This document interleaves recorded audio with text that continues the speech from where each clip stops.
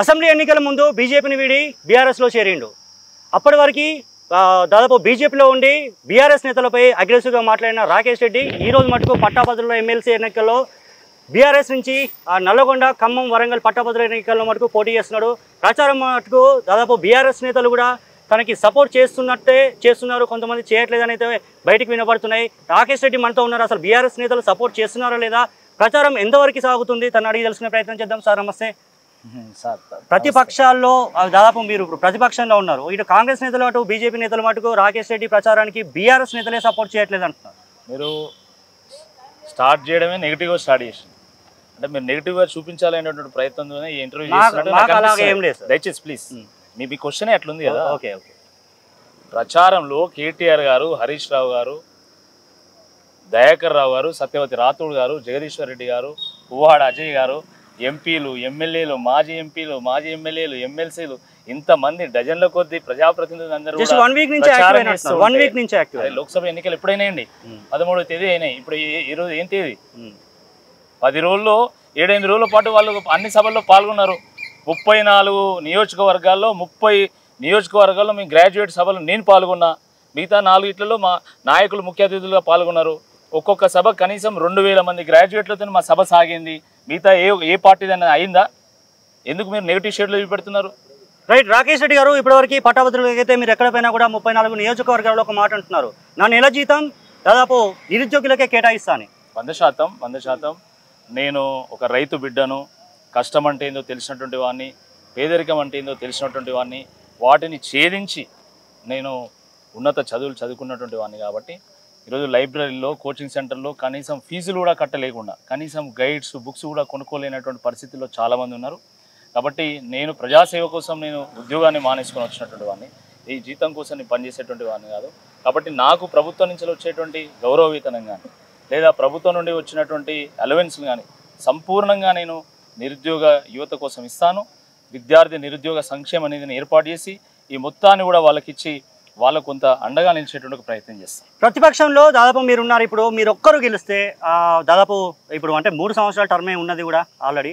ఈ మీరు ఒక్కరు గెలిస్తే ఎలా ఫైట్ చేస్తారు? ఓటు వాళ్ళది, పోరాటం మాది. ఓటు వాళ్ళది, ఆరాటం మాది. ఓటు వాళ్ళది, పరిష్కారం మాది. ఒక్క ఓటు వేస్తే చాలు, మిగతా అన్ని మేము చూసుకుంటాం. నేను ఒక వ్యక్తిని మాత్రమే కాదు, నా వెనుక పార్టీ కూడా ఉంటుంది. తప్పకుండా ఈ రాష్ట్రంలో ఏ సందర్భంలో కాంగ్రెస్ పార్టీ ప్రభుత్వంలోకి వచ్చిందో మీ అందరికీ తెలుసు. 420 హామీలు, 6 గ్యారంటీలు ఇస్తే ఆశతోని ప్రజలు ఓట్లు వేసిండ్రు. సరే, ప్రజల తీర్పును ఎవరైనా కూడా స్వాగతించాల్సిందే. ప్రజాస్వామ్యంలో ఎవ్వరు కూడా శాశ్వతం కాదు. కాబట్టి ప్రజలు కాంగ్రెస్ పార్టీకి ఓట్లు వేసి గెలిపించిన దాన్ని మేము స్వాగతిస్తున్నాం. కానీ కాంగ్రెస్ పార్టీ ఇచ్చినటువంటి హామీల మీద రేపు ఎవరు ప్రశ్నించాలి? కాంగ్రెస్ పార్టీ ఎమ్మెల్సీ అభ్యర్థిని గెలిపిస్తే ఆయన పోయి మండలిలో మనందరి పక్షాన ప్రశ్నించగలుగుతాడా? కానీ ప్రతిపక్ష పార్టీ నుండి పోటీ చేస్తున్నటువంటి నన్ను గెలిపిస్తే 100% ఈ నిరుద్యోగుల పక్షాన, విద్యావంతుల పక్షాన, ప్రభుత్వ ఉద్యోగులు, ఉపాధ్యాయులు, ప్రైవేట్ టీచర్స్, ఆశా వర్కర్లు, అంగన్వాడీ వర్కర్, తెలంగాణ సబ్బండ వర్గాల పక్షాన గొంతెత్తి గలమెత్తి గర్జించి తప్పకుండా పోరాటం చేసి ఆ ప్రభుత్వాన్ని దిగివచ్చేలా చేసి తప్పకుండా హామీలు నెరవేర్చేటువంటి బాధ్యత మాది. మమ్మల్ని నమ్మండి. మాకు పోరాటం చేసినటువంటి ఒక నేపథ్యం ఉంది. ఒక విషయాన్ని సూటిగా, సుత్తి లేకుండా స్పష్టంగా ఒక చర్చకు పెట్టి ప్రజల్ని ఆలోచింపజేసేటువంటి ఒక నేపథ్యం కూడా నాకు ఉంది. కాబట్టి మేము కోరుతున్నాం, ఈరోజు మీ మీద అధికారం కోసం ఓట్లు అడగడం లేదు, మాకు ప్రజల తరఫున ప్రశ్నించడానికి, ప్రజల తరఫున పోరాటం చేయడానికి ఒక అవకాశం ఇవ్వాల్సిందిగా ఈ సందర్భంగా నేను విజ్ఞప్తి చేస్తున్నా. 4 గంటలకే నా క్యాంపెయిన్ ముగుస్తున్నది. నాకు ఇంకా చాలా కార్యక్రమాలు ఉన్నాయి. దాని తర్వాత నేను ప్రెస్ మీట్ కూడా అటెండ్ అవ్వాలి. మిగతా విషయాలు నేను తర్వాత మాట్లాడతాను. సార్, ఒక క్వశ్చన్ అంటే చాలా మందికి ఒక డౌట్. లాస్ట్ టైం మన ఇంటర్వ్యూలో కూడా ఏది మీరు బీఆర్ఎస్ బీజేపీ బీఆర్ఎస్లోకి వెళ్ళినప్పుడు ఇప్పటివరకు ప్రజలకు కంక్లూజన్ ఇవ్వలే. ఆ రోజు అగ్రెసివ్గా మాట్లాడిన అదే పార్టీని ఈ రోజు రాకేష్ రెడ్డి ఎలా కండువ కప్పుకున్నారు, మేము ఎట్లా ఓట్ వేయాలని చెప్పేసి ఓటర్లకి మీరు ఏం చెప్తారు? నేను ఎప్పుడు కూడా ఎగిరికి అంతేసి నేను బీజేపీ నుంచి బయటకు రాలేదు. బీజేపీ కార్యకర్తలు నన్ను భుజాన మోసుకొని ఒక కార్యకర్త స్థాయి నుండి రాష్ట్రంలో ఒక గుర్తింపు పొందినటువంటి ఒక నేత స్థాయి దాకా తీసుకొచ్చింది. కానీ దురదృష్టకరమైనటువంటి విషయం ఏంటంటే ప్రజలు నన్ను కోరుకున్నారు, పార్టీ కార్యకర్తలు కోరుకున్నారు. కానీ పార్టీలో ఉన్నటువంటి కొంతమంది నాయకులు పొమ్మన లేక పొగబెట్టి నన్ను బయటకు పంపించారు. నేనేం కావాలని బయటికి రాలే. మా కార్యకర్తలు ఒక కార్యక్రమం ఇస్తే 6 తలలు పగిలినాయి.